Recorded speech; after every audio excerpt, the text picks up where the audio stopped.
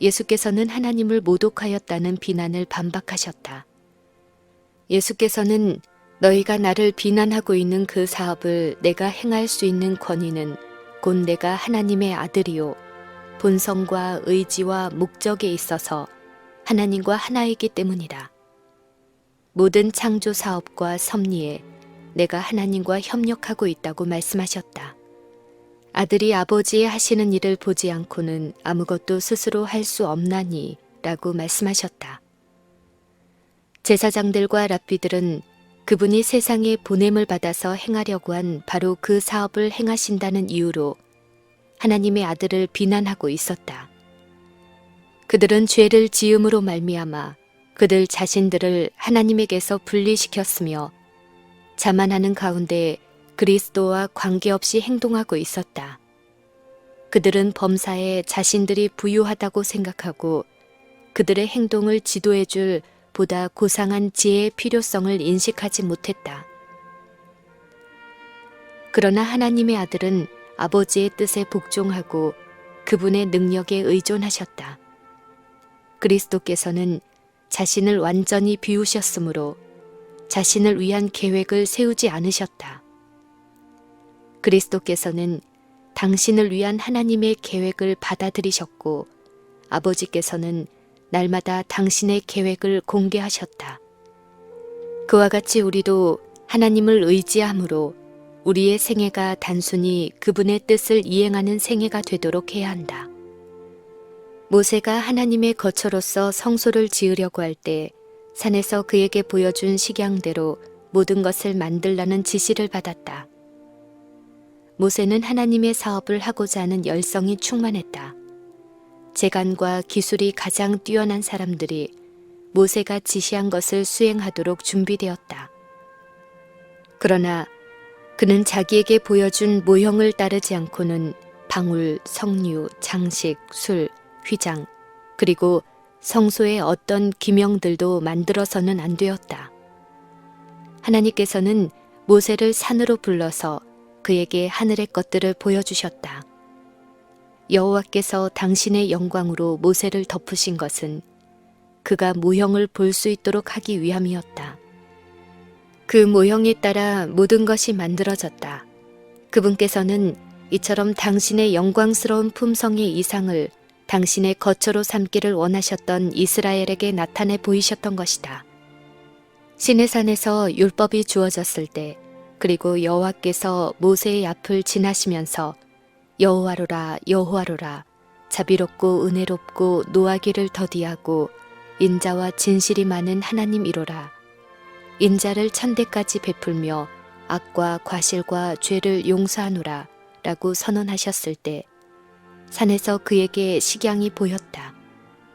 이스라엘은 그들 자신의 길을 선택하였다. 그들은 모형대로 건축하지 않았다. 그러나 하나님께서 내지하시는 참된 성전이신 그리스도께서는 당신의 지상생의 세세한 일들을 하나님의 이상과 일치되게 형성시키셨다. 그분은 이렇게 말씀하셨다. 나의 하나님이여 내가 주의 뜻 행하기를 즐기오니 주의 법이 나의 심중에 있나이다. 그와 같이 우리의 품성도 성령 안에서 하나님의 거하실 처소가 되기 위하여 지어져야 한다. 우리는 모든 것을 본을 쫓아 지어야 하는데 그 본은 너희를 위하여 고난을 받으사 너희에게 본을 끼쳐 그 자취를 따라오게 하신 그리스도이시다. 그리스도의 말씀은 우리 자신이 하늘에 계시는 우리 아버지와 불가분의 관계에 있다고 간주하도록 가르친다. 지위를 불문하고 우리는 모든 운명을 그 수중에 주신 하나님께 의존하고 있다. 하나님께서는 우리에게 사업을 지정해주고 그 사업을 할 수 있는 능력과 재정을 주셨다. 우리가 하나님의 뜻에 복종하고 그분의 능력과 지혜를 신뢰하는 한 우리는 안전의 길로 인도함을 받아 하나님의 크신 계획 가운데서 지정된 일을 성취하게 될 것이다. 그러나 자신의 지혜와 능력에 의존하는 자는 자신을 하나님에게서 분리시키고 있는 것이다. 그는 그리스도와 조화되어 일하는 대신에 하나님과 사람의 원수가 되는 사단의 목적을 성취시키고 있는 것이다. 구주께서는 계속해서 말씀하셨다. 아버지께서 행하시는 그것을 아들도 그와 같이 행하느니라. 아버지께서 죽은 자들을 일으켜 살리심같이 아들도 자기의 원하는 자들을 살리느니라.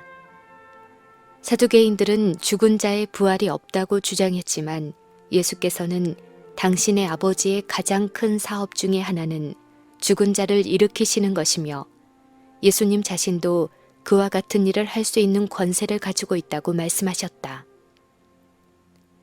죽은 자들이 하나님의 음성을 들을 때가 오나니 곧 이때라. 듣는 자는 살아나리라. 바리새인들은 죽은 자의 부활을 믿었다. 그리스도께서는 지금이라도 죽은 자에게 생명을 주는 능력이 그들 가운데 있어서 그들이 그 권세의 나타남을 보게 될 것이라고 선언하신다. 이 동일한 부활의 권세는 허물과 죄로 죽었던 영혼에게 생명을 가져다 주는 그 권세이다. 그리스도 예수 안에 있는 그 생명의 성령, 곧 부활의 권능이 죄와 사망의 법에서 사람들을 해방시킨다. 악의 권세는 깨트려지고 믿음으로 말미암아 그 영혼은 죄로부터 보호함을 받는다. 그리스도의 성령에게 마음을 여는 자는 자기 몸을 무덤에서 일으켜줄 전능한 권능에 참여하는 자가 된다. 겸손한 나사렛 사람은 당신의 참되신 고결성을 주장하신다. 그분은 인류보다 뛰어난 자로 죄와 수치의 옷을 벗어던지고 천사들의 존경을 받는 자요 하나님의 아들이요 우주의 창조주와 하나가 되는 분임을 드러내신다. 예수님의 말씀을 듣던 자들은 망연해진다. 이제까지 그분처럼 말하는 자가 없었으며 자신에 대하여 그와 같이 왕 같은 위엄을 가지고 말한 사람이 없었다. 당신의 사명과 세상의 의무를 완전하게 선언하는 그분의 말씀은 분명하고 확실하다. 아버지께서 아무도 심판하지 아니하시고 심판을 다 아들에게 맡기셨으니 이는 모든 사람으로 아버지를 공경하는 것 같이 아들을 공경하게 하려 하심이라. 아들을 공경치 아니하는 자는 그를 보내신 아버지를 공경치 아니하느니라. 아버지께서 자기 속에 생명이 있음같이 아들에게도 생명을 주어 그 속에 있게 하셨고 또 인자됨을 인하여 심판하는 권세를 주셨느니라. 제사장들과 관원들은 그리스도의 사업을 정죄하는 재판관으로 자처하였지만 예수께서는 당신 자신이 그들의 심판자요 온 지상의 심판자이심을 선언하셨다. 세상은 그리스도에게 위탁되었으며 하나님에게서 오는 모든 축복은 그리스도를 통하여 타락한 인류에게 전달되었다. 그분은 성육신 후에도 구속주이셨던 것처럼 그전에도 그러하셨다. 죄가 생기자마자 구주가 계셨다. 그분은 모든 사람에게 빛과 생명을 주셨으므로 각 사람은 주어진 빛의 분량에 따라서 심판을 받게 될 것이다. 그리고 빛을 주신 그분, 가장 부드러운 탄원으로 영혼을 돌보고 그를 죄에서 돌이켜 성결로 이끌려고 하신 그분이 또한 그 영혼의 대언자요 심판자이시다. 하늘에서 대쟁투가 벌어진 때로부터 사단은 기만으로 그의 사업을 유지시켜 왔으며 그리스도께서는 사단의 괴계를 드러내고 그의 권세를 깨트리기 위하여 일해오셨다. 기만자 사단을 대항하고 각 시대를 통하여 사단의 수중에서 포로된 자들을 빼앗아내려고 애쓰셨으며 장차 각 사람을 심판하실 분은 그리스도이시다. 하나님께서 또 인자됨을 인하여 심판하는 권세를 주셨다. 그리스도께서는 인간의 고통과 시험의 모든 찢기를 맛보았으며 사람의 연약함과 죄를 이해하시기 때문에 우리를 위하여 사단의 유혹을 당당하게 대항하셨고 자신의 피를 쏟아 구원하려고 한 영혼들을 공정하고 친절하게 대하실 것이기 때문에 인자가 심판하도록 지명된다. 그러나 그리스도의 사명은 심판을 위한 것이 아니라 구원하시는 것이었다. 하나님이 그 아들을 세상에 보내신 것은 세상을 심판하려 하심이 아니요 저로 말미암아 세상이 구원을 얻게 하려 하심이니라.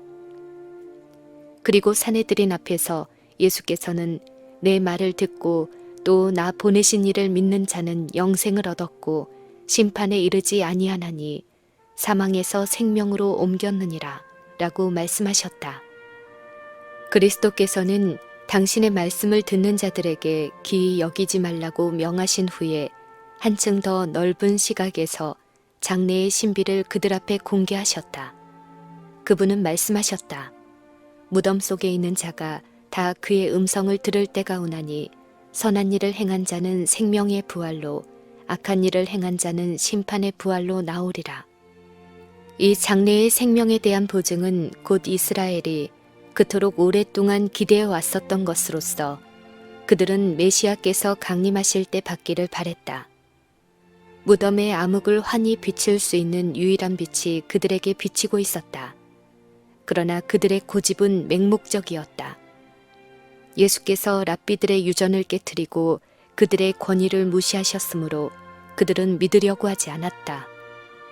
시간, 장소, 기회, 의회의 편만한 강렬한 감정 등 이러한 모든 것들이 합쳐져서 사내들인 앞에서 하신 예수님의 말씀을 더욱 인상적인 것으로 만들었다. 국가의 최고 종교 당국자들이 자신을 이스라엘의 회복자라고 선언하신 그분의 목숨을 노리고 있었다. 안식일에 주께서 지상의 법정에서 안식일의 율법을 범하였다는 비난에 답변하시게 되었다. 예수께서 그처럼 두려움 없이 당신의 사명을 선포하셨을 때 그분의 비판자들은 놀람과 분노로 예수님을 쳐다보았다. 그러나 예수님의 말씀을 논박할 수 없었다. 그들은 그분을 정죄할 수 없었다. 예수께서는 제사장들과 랍비들이 자기에게 질문을 하거나 당신의 사업을 방해할 권리를 가지고 있지 않다고 말씀하셨다. 그들은 그러한 권위를 부여받지 않았다. 그들의 주장은 그들 자신의 교만과 오만에 기초를 둔 것이었다. 예수께서는 죄가 있다는 그들의 비난을 인정하거나 그들에게 신문을 받는 것을 거절하셨다. 그들이 당신을 고소한 행동에 대해 사과하거나 그 행위의 목적을 설명하는 대신에 예수께서는 관원들을 대적하여 피고인에서 고소자가 되셨다. 예수께서는 그들의 마음의 강팍함과 성경에 대한 무지에 대하여 그들을 책망하셨다. 예수께서는 그들이 하나님께서 보내신 당신을 거절한 까닭에 하나님의 말씀을 거절했다고 말씀하셨다. 너희가 성경에서 영생을 얻는 줄 생각하고 성경을 상고하거니와 이 성경이 곧 내게 대하여 증거하는 것이로다. 역사나 교훈이나 예언을 막론한 구약 성경의 모든 페이지는 하나님의 아들의 영광으로 빛나고 있다. 유대교의 전체 제도는 하늘에 정하신 것이었으므로 그것은 복음에 대한 압축된 예언이었다. 그리스도에 대하여 모든 선지자도 증거하였다. 아담에게 주어진 약속으로부터 부조의 혈통과 법률적인 제도에 이르기까지 하늘의 영광스러운 빛이 구주의 발자취를 명료하게 나타내었다. 선견자들은 장래의 일들이 신비로운 행렬이 되어 그들 앞에 스쳐 지나갈 때 베들레헴의 별, 곧 장차 오실 실로를 보았다. 모든 희생 제물에서 그리스도의 죽으심이 보여졌다. 모든 향연에서 그분의 의가 올라갔다. 매 희년의 나팔 소리로 말미암아 그리스도의 이름이 울렸다. 지성소의 장엄한 신비 속에 그분의 영광이 거하였다.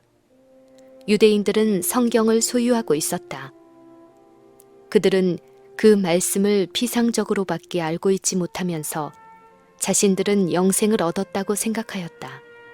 그러나 예수께서는 그 말씀이 너희 속에 거하지 아니한다고 말씀하셨다. 말씀 가운데 나타난 그리스도를 거절함으로 그들은 그분 자신을 거절하였다. 너희가 영생을 얻기 위하여 내게 오기를 원하지 아니하는도다. 유대의 지도자들은 메시아의 왕국에 관한 선지자들의 교훈을 연구하였으나 그것은 진리를 알고자 하는 신실한 욕망을 가지고 한 것이 아니라 그들의 야심을 뒷받침해주는 증거를 찾을 목적으로 연구한 것이었다. 그리스도께서 그들의 기대에 어긋나는 모양으로 오셨을 때 그들은 그분을 받아들이려 하지 않았다. 그들은 자신들을 합리화하기 위하여 그분이 기만자라는 것을 입증하려고 힘썼다. 그들이 일단 이 길에 발을 들여놓았을 때 사단이 그리스도에 대한 그들의 반대를 북돋아주는 것은 쉬운 일이었다. 그분의 신성의 증거로 마땅히 받아들였어야 할 그 말씀까지도 그분을 대적하는 말씀으로 해석되었다. 이와 같이 그들은 하나님의 진리를 거짓으로 바꾸었으므로 구주께서 당신의 자비로운 역사로 그들에게 직접적으로 말씀하실수록 그들은 빛을 더욱더 저항하기로 결심하였다. 예수께서는 나는 사람에게 영광을 취하지 아니하노라고 말씀하셨다. 예수께서 바라셨던 것은 사내들인의 영향도 그들의 인정도 아니었다.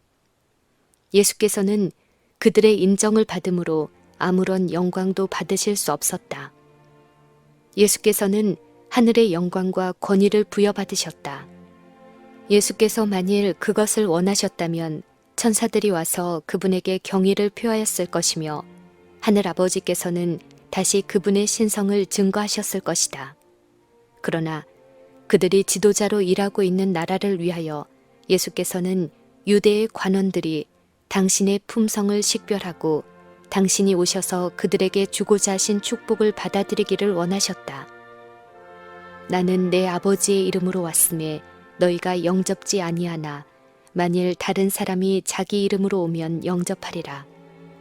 예수께서는 하나님의 권위로 오셔서 그분의 형상을 지니고 그분의 말씀을 성취하며 그분의 영광을 구하셨지만 이스라엘의 지도자들의 영접을 받지 못하였다. 그러나 그리스도의 품성을 가장하고 그들 자신의 의지에 충동되어 그들 자신의 영광을 구하는 다른 사람들이 나타난다면 그들은 영접을 받을 것이었다. 왜 그런가? 그 까닭은 자신의 영광을 구하는 자는 다른 사람들의 마음속에 있는 자고하기를 원하는 욕망에 호소하기 때문이다. 유대인들은 그러한 호소에는 응답할 수 있었다. 그들은 거짓 교사는 영접하였을 것이다. 왜냐하면 그는 그들이 품고 있던 의견과 유전을 인정함으로 그들의 자만심에 아첨하였을 것이기 때문이다. 그러나 그리스도의 가르침은 그들의 생각과 일치되지 않았다.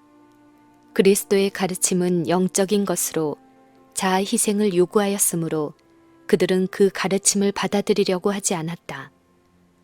그들은 하나님을 알지 못하였으며 그리스도를 통하여 들린 하나님의 음성은 그들에게는 한갓 외인의 음성에 지나지 않았다. 오늘날에도 이와 같은 일이 되풀이되고 있지 않은가?